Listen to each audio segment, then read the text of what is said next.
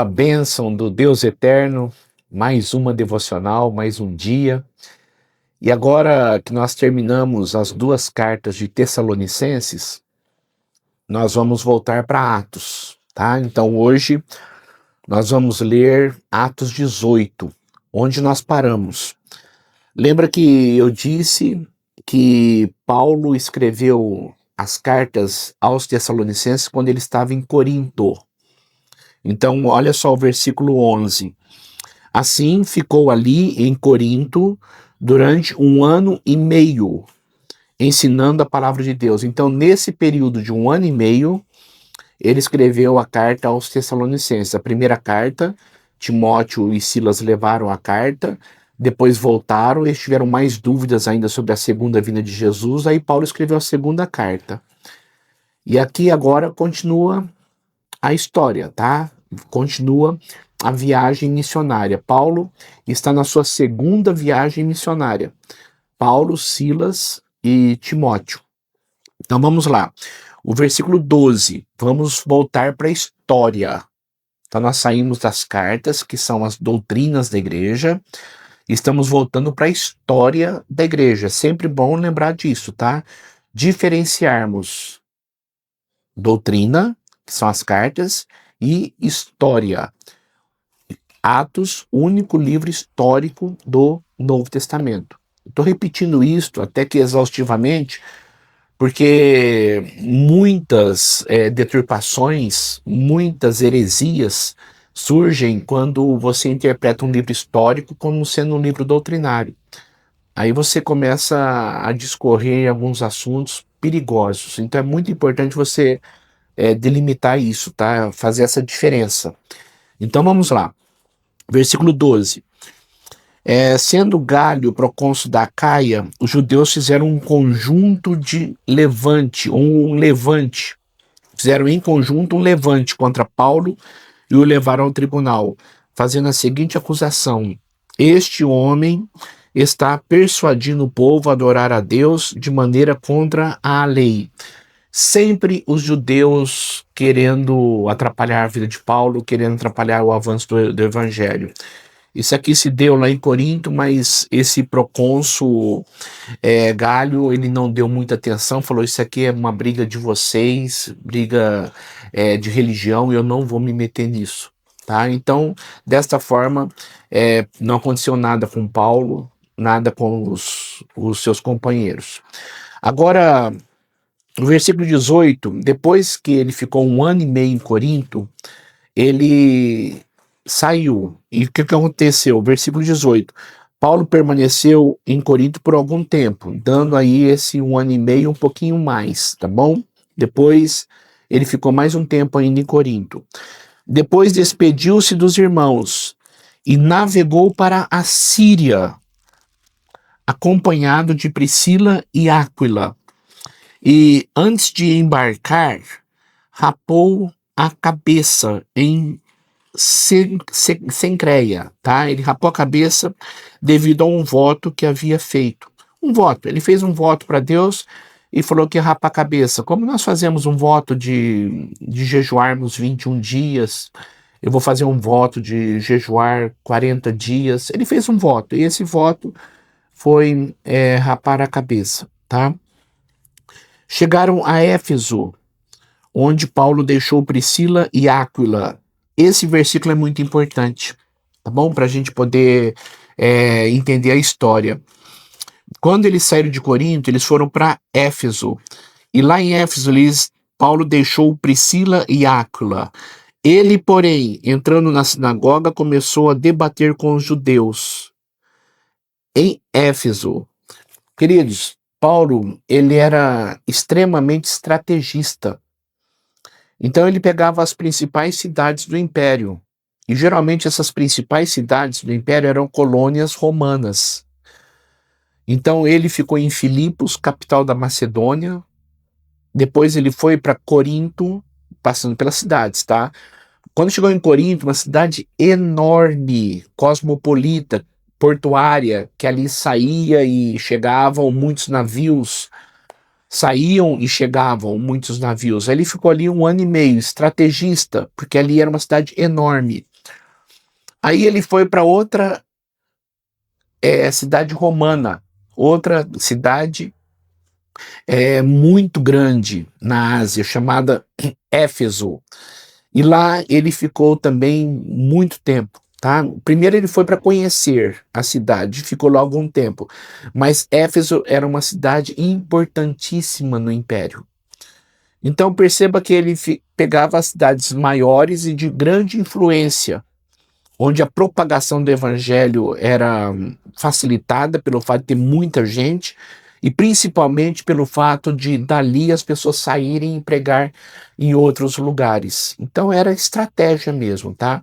Então Éfeso era uma colônia romana, uma cidade importantíssima na Ásia, onde tinha a definição do Império Romano fazendo algumas colônias. Então guarda isso, tá? Isso vai ser muito importante na sequência aqui do nosso estudo.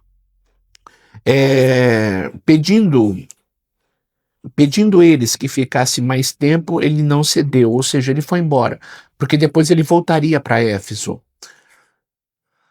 Mas ao partir prometeu: voltarei, se for da vontade de Deus. Olha que bacana. Assim, ó, agora eu não vou ficar. Priscila e Áquila vão ficar, mas eu voltarei se Deus quiser. Eu voltarei se esta for a vontade de Deus. É sempre bom você, quando falar alguma coisa referente ao futuro, falar se Deus quiser, tá bom? Ah, amanhã eu tô aí, se Deus quiser. Eu farei uma viagem o ano que vem, se Deus quiser. Se Deus permitir, eu vou. Isso é muito importante, tá? Nós vimos isso lá em Tiago. Então, é sempre colocando a vontade de Deus dentro dos planos nossos para que a vontade de Deus seja perfeita. Se Deus quiser, eu vou fazer isto ou aquilo. Então, embarcando, partiu de Éfeso. Lembrando que nós estamos na segunda viagem missionária. Aí ele saiu de Éfeso e, ao chegar em Cesareia, subiu até a igreja para saudá-la. E depois desceu para Antioquia. Antioquia era a sua igreja. Era a igreja dele, a igreja de Barnabé, a igreja de Timóteo, a igreja de Silas. Então aqui ele termina a sua segunda viagem missionária. Se você quiser escrever aí na Bíblia, só para você se localizar, coloca aqui término da segunda viagem missionária. Então essa viagem que ele fez, onde ele ficou 1 ano e meio em Corinto, mais algum tempo, e de lá escreveu Tessalonicenses, tudo. Esse tempo foi de 3 anos, tá? Então ele demorou 3 anos nesta viagem, a segunda viagem missionária. E aí ele vai para Antioquia, era a sua igreja. Lá ele prestava contas, prestava relatório. Olha só a importância da igreja na vida de uma pessoa. Tem cristãos que acham que podem viver sem igreja. O grande apóstolo Paulo, aquele que influenciou o Ocidente, aquele que era praticamente um líder nato, o maior apóstolo da história do cristianismo, ele prestava conta à sua igreja, a igreja de Antioquia. Toda vez que ele terminava um trabalho missionário, ele ia para a sua igreja, prestava contas e ficava debaixo da autoridade espiritual da igreja, e aquela igreja orava por ele, impunha as mãos sobre ele e ele ia novamente fazendo as suas viagens. E tem gente hoje que acha que pode ficar sem igreja. Outras pessoas ainda acham que pode ficar só no celular, no computador, tablet, participando de cultos de forma online. Isso é uma coisa assim louca, porque nós precisamos da igreja. Eu acho muito importante a questão do online, que nem esses estudos que estamos fazendo é online. É uma ferramenta poderosa que Deus nos deu, a internet. Mas não substitui você estar no culto. Aí quando o culto é transmitido, é muito bom eu poder assistir quando eu não posso ir, quando eu posso participar pela internet, quando eu estou doente, eu estou viajando, eu estou impossibilitado de ir. Às vezes eu assisto depois, às vezes acontece um contratempo, mas são em casos extraordinários. Porque nos casos ordinários, no dia a dia, eu preciso estar presente na igreja. Eu preciso estar junto com os meus irmãos louvando a Deus na igreja. A igreja somos nós, o conjunto, a reunião, o culto, isso é muito importante. Então não se deixe enganar, tá? Paulo, o grande apóstolo Paulo, tinha uma igreja, a igreja de Antioquia, a qual ele prestava contas dos seus atos. Ali ele ficou algum tempo. Versículo 23. Depois de passar algum tempo em Antioquia, Paulo partiu dali e viajou. Aí ele fez a terceira viagem missionária. Então aqui eu quero que você coloque terceira viagem missionária. Foram 3 viagens que ele fez, tá bom? A primeira, onde ele pegou a região da Galácia. A segunda, onde ele foi mais longe e pegou a região ali da Macedônia, Atenas, Corinto, é uma viagem mais longa.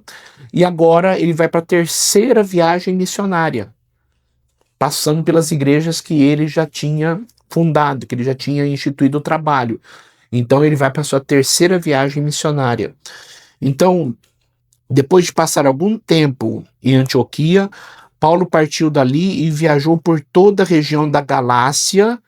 Aí são as igrejas da Galácia, que nós estudamos já, e da Frígia, fortalecendo todos os discípulos. Fortalecendo todos os discípulos. Eu quero que você preste atenção no mapa da terceira viagem missionária, tá bom? Então vai aparecer aí na tela o mapa e eu quero que você perceba e preste atenção no mapa. Vamos lá. Você está vendo aqui a terceira viagem missionária de Paulo. Ele sai de Antioquia, passa em Tarso, Derbe, Listra, Icônio, aqui é a Galácia. Antioquia da Pisídia, aqui é a Galácia. Todas essas igrejas aqui são as igrejas da Galácia, tá? Quando Paulo escreveu aos Gálatas, ele está escrevendo para essas igrejas aqui, então ele passa novamente por elas. Aí depois ele vai e para em Éfeso. É muito importante isso aqui, Éfeso. Lembra que ele falou, se Deus quiser eu voltarei? Aí ele volta. Na terceira viagem missionária, ele pega uma das maiores cidades ali daquela época, daquele momento, daquela localidade, uma colônia romana, Éfeso, uma cidade importantíssima no Império Romano e na Ásia. E ali ele para em Éfeso, tá certo? Agora, vamos lá, vamos voltar para a Bíblia. Vamos voltar para a Bíblia, que depois eu vou colocando o mapa para você se localizar, tá?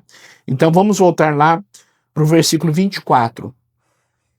Enquanto isto, um judeu chamado Apolo, guarda esse nome, tá? Guarda esse nome, Apolo. Um judeu chamado Apolo, natural de Alexandria, chegou a Éfeso. E Paulo estava em Éfeso. Priscila e Áquila, que eram colaboradores de Paulo, estavam em Éfeso. E ele era homem culto, muito inteligente, e tinha grande conhecimento da Bíblia, grande conhecimento das Escrituras. Fora instruído no caminho do Senhor. E com grande fervor, ele falava e ensinava com exatidão acerca de Jesus. Embora conhecesse apenas o batismo de João, aquela região ali de Éfeso, eles não conheciam o batismo cristão ainda, tá? Em nome do Pai, do Filho e do Espírito Santo. Conheciam Jesus, falavam de Jesus, mas não eram ainda batizados. Logo começou a falar corajosamente na sinagoga, sendo muito culto, muito eloquente, ele pregava muito bem e tinha uma sabedoria muito grande. Quando Priscila e Áquila o ouviram, convidaram-no para ir à sua casa e lhe explicaram com mais exatidão o caminho de Deus. Eu acho muito lindo isso aqui. De Deus levantar pessoas, de Deus tocar no coração de pessoas, de Deus usar os dons. E Priscila e Áquila pega aquele homem, o Apolo, e traz para si e diz, vamos estudar juntos. Isso é igreja. Não existe concorrência, não existe competição, existe cooperação. O reino do diabo é o reino da competição, o reino do mundo é o reino da competição. O reino de Deus é o reino da cooperação. Vamos operar juntos para a glória de Deus. Trouxe Apolo, explicou sobre o batismo. E olha só, querendo ele ir para Acaia, os irmãos o encorajaram e escreveram aos discípulos que o recebessem. Então falaram assim, olha, receba Apolo. Ao chegar, ele auxiliou muitos, os que pela graça o havia crido, pois refutava vigorosamente os judeus em debate público, provando pelas escrituras que Jesus é o Cristo. Ele tinha muito conhecimento da Bíblia. Olha a importância de conhecer a palavra de Deus. E agora direcionado por Priscila e Áquila, ele foi bênção ali na Acaia, tá? Então ele ficou um tempo em Éfeso e depois foi para Acaia e depois foi para Corinto. Então é muito importante você guardar isso, tá? Apolo. Aí Paulo chega em Éfeso. E enquanto Apolo estava em Corinto, olha aí, para onde Apolo foi? Corinto. Lá já tinha uma igreja, porque Paulo ficou lá 1 ano e meio. Então Apolo foi para Corinto e ficou lá, tá? Ajudando a igreja, ensinando a igreja, trabalhando na cidade de Corinto. Paulo, atravessando as regiões altas, chegou a Éfeso e ali encontrou alguns discípulos e lhes perguntou: vocês receberam o Espírito Santo quando creram? Irmãos, isso aqui é muito importante, tá? Lembrando que Atos é um livro histórico. Então, o que permeava o receber o Espírito Santo? Quando os discípulos receberam o poder do Espírito Santo lá em Pentecostes, eles falaram em línguas, línguas conhecidas das pessoas e proclamavam o evangelho nas línguas dos povos. Mesopotâmia, egípcio, nas línguas existentes. Então não eram línguas estranhas, eram línguas conhecidas dos povos. Dizendo o seguinte, o evangelho agora é para todos os povos. Então, lá em Atos 2, depois em Cornélio, primeiro Atos 2, depois Samaria, quando Filipe chegou lá, Pedro e João foram lá e viram que eles foram batizados como nós.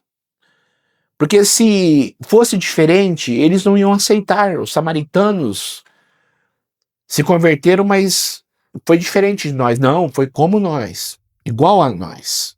Falaram em línguas. Depois, os da casa de Cornélio. Lembra? Quando Pedro estava lá, também foram batizados com evidência de línguas. E aqui em Éfeso, mostrando que os gentios eram como os judeus, foram batizados como nós.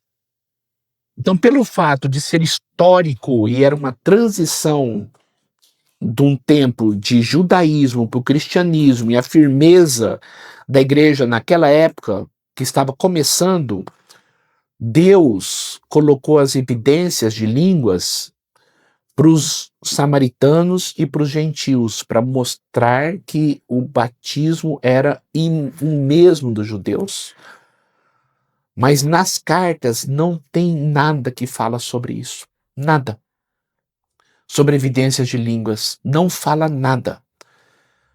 Nas cartas falam, a doutrina da igreja fala que o batismo do Espírito Santo, a palavra batizar significa lavar. É no momento que a pessoa crê em Jesus. E no momento que ela crê em Jesus, ela não precisa ter evidências de línguas estranhas para provar que ela foi batizada no Espírito Santo. Tá certo? É muito importante você entender isto. Então eu não posso usar um livro histórico como base de uma doutrina. A doutrina do cristianismo está nas cartas. Então, nas cartas, nós vemos de uma forma muito clara que não há evidências de línguas estranhas para o batismo do Espírito Santo. O batismo do Espírito Santo se dá no momento que a pessoa se converte a Jesus Cristo. Naquele momento, o Espírito Santo entra, ela é selada, ela é purificada, ela se torna uma nova pessoa, ela nasce de novo, há regeneração e ali ela é salva. É impossível uma pessoa ter Jesus e não ter o Espírito Santo.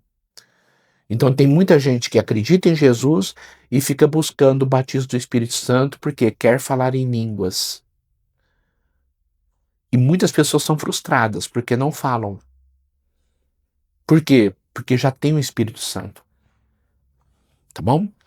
Lá em Coríntios nós vamos estudar sobre o dom de línguas, que é diferente da manifestação das línguas no batismo do Espírito Santo. Duas coisas opostas, tá? As duas coisas não são a mesma coisa. Então é muito importante entender isso. É por isso que muitas igrejas confundem os cristãos que congregam nelas, porque mistura tudo. Mistura as línguas lá de Coríntios, que é dom, com as línguas de Atos e faz uma bagunça que as pessoas ficam totalmente em dúvida. Então vamos lá. Ali encontrou alguns discípulos, versículo 2, e lhes perguntou: vocês receberam o Espírito Santo quando creram? E eles responderam: não, nem sequer ouvimos que existe o Espírito Santo. Então, que batismo vocês receberam? Porque eles não foram batizados, tá? Em nome do Pai, do Filho e do Espírito Santo. Eles não foram batizados com o batismo cristão. Recebemos o batismo de João, responderam eles. E disse Paulo: o batismo de João foi um batismo para arrependimento. Ele dizia ao povo que cresce naquele que viria depois dele, isto é, Jesus. Ouvindo isso, eles foram batizados em nome de Jesus, tá? O batismo cristão, em nome do Pai, do Filho e do Espírito Santo. E quando Paulo lhes impôs as mãos, veio sobre eles o Espírito Santo e começaram a falar em línguas e profetizar, tá certo? Agora, uma coisa que eu quero destacar, tem muitas pessoas que falam que o batismo certo é por imersão, porque Jesus batizou aos 30 anos por imersão no Rio Jordão. Primeiro, nós não sabemos se foi por imersão, porque Jesus estava lá e João poderia jogar água na cabeça dele. Segundo, o batismo de João não é o batismo cristão, então não pode ser usado como padrão para dizer tem que ser assim, tem que ser adulto e tem que ser por imersão. Aí usa o batismo de João porque Jesus batizou aos 30 anos. Eles foram batizados no batismo de João, os irmãos lá de Éfeso, e o que aconteceu? Paulo disse, vocês têm que batizar de novo. Porque aquele batismo mostrava quem viria, Jesus. E agora vocês têm que batizar em nome do Pai, do Filho e do Espírito Santo. Ou seja, aquele batismo não é o batismo cristão. Então eu não posso usar essa argumentação dizendo que o batismo tem que ser por imersão, tem que ser só depois de adulto, porque Jesus nos deu exemplo e que tem que ser assim. Não, o batismo de João não é o batismo cristão.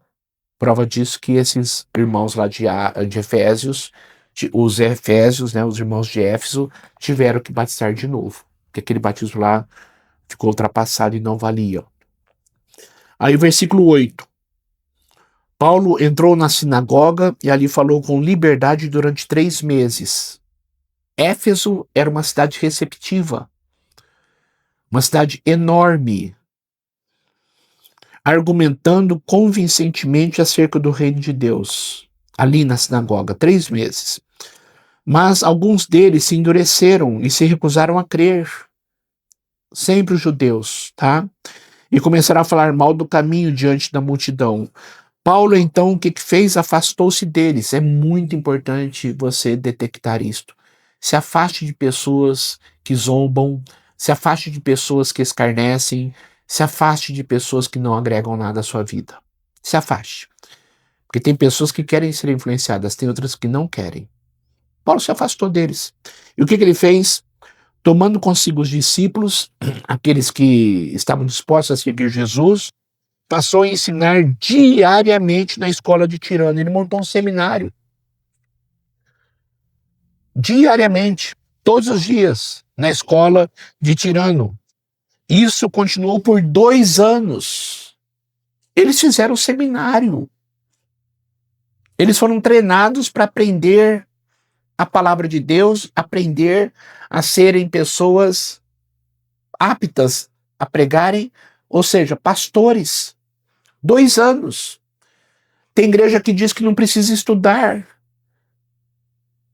Os discípulos ficaram com Jesus 3 anos e meio. Paulo chega ali, pega os discípulos, monta um seminário, uma escola, onde diariamente eles estudavam a Bíblia, por 2 anos. E ali ele colocou em Éfeso praticamente um quartel-general. Aqui nós vamos preparar missionários. Aqui nós vamos aprender o Evangelho. Aqui nós vamos aprender as doutrinas da igreja.